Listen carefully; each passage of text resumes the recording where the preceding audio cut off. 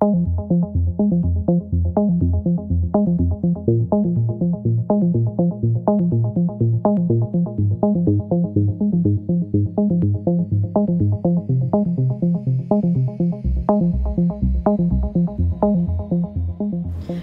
and welcome to another edition of Zythos vblog. Every day, Zythos technology helps protect and manage millions of vital business documents and files in the world's largest banks, manufacturing companies, medical research institutions, and government agencies. Welcome again. My name is Maria Miller, Senior Director of Marketing, and with me today is Jim Till, Chief Marketing Officer at Zythos. Good to see you again, Jim.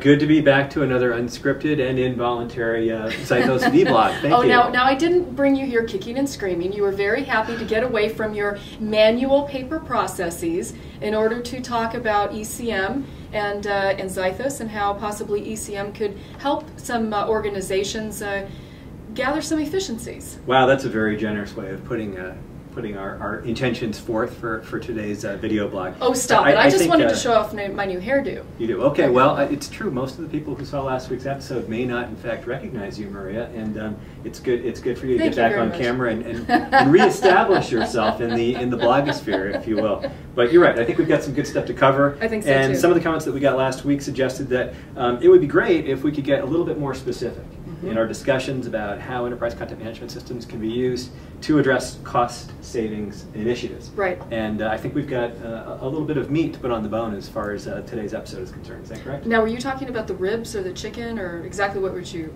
referring? It's a little bit after lunch right now, but you're getting me hungry already. Ah, okay, great. Well, you know, as Jim said, last week we did talk in general about ECM and how that web-enabled document management and collaboration can assist companies and perhaps be more efficient in their overall business processes. But I thought today we could get a little bit more specific.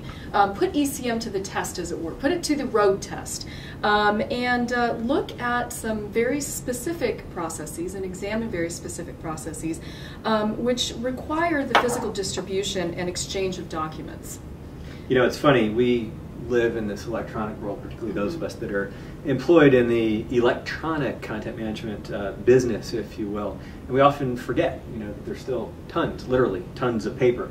As I come into this building, at least 1 or 2 days each week, I see an Iron Mountain truck parked downstairs right outside of our lobby, or others that are involved in shredding or somehow distributing paper, either that needs to go or that needs to come in and get printed on. So it's clear that there's still a lot of that paper that's going back and forth supporting business processes. And I think that's where we might want to begin to look at cost savings opportunities and try to identify, if we can, very basic, easily sized and thus perhaps addressed opportunities for taking these business processes and moving them into an electronic setting where we can begin to experience some of the cost savings that we talked about last week. Certainly, and I think some of the things that come to my mind are contract negotiations.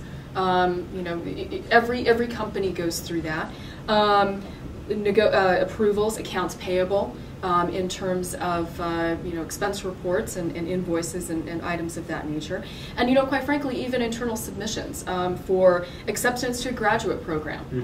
In many cases, require a tremendous amount of documentation, not only from the paper perspective, so what we're looking at right here, but also me giving it to you, you looking at it, approving it, possibly making some red line changes, giving it back to me. I have to make some changes, giving it back to you. Oh, perhaps it's now it's ready and it's done.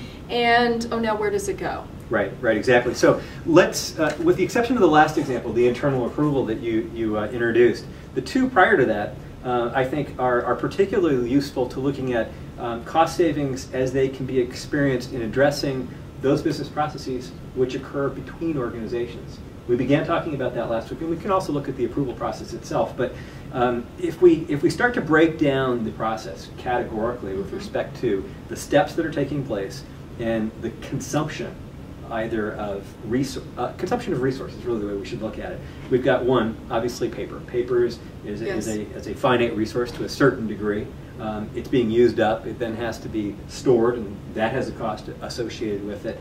If the paper is being exchanged between two different institutions, and sometimes even between satellite offices or remote locations of the same institution itself, there's a cost associated with that. So we've got the consumable, we've got the transportation associated with the consumable.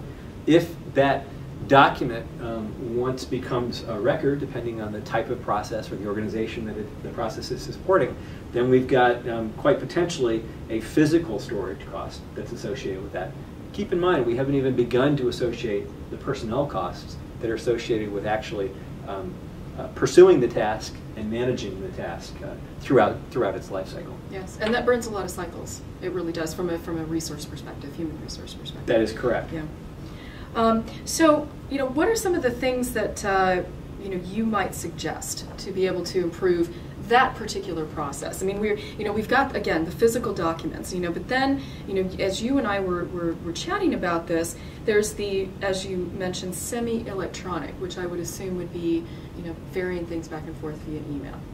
So let's kind of take a look at both of those. I think in some organizations, while there is still a physical exchange of documents that are taking place, and so the obvious opportunity for improvement there is, if it's legally possible, to move those documents into an electronic universe. So scan them and then begin to exchange them by some form of electronic means. Now, many organizations obviously have already gotten to that stage for some percentage, and maybe a significant percentage, of the document exchange that takes place, the most common being email, and sending a document as an email attachment between one party and another.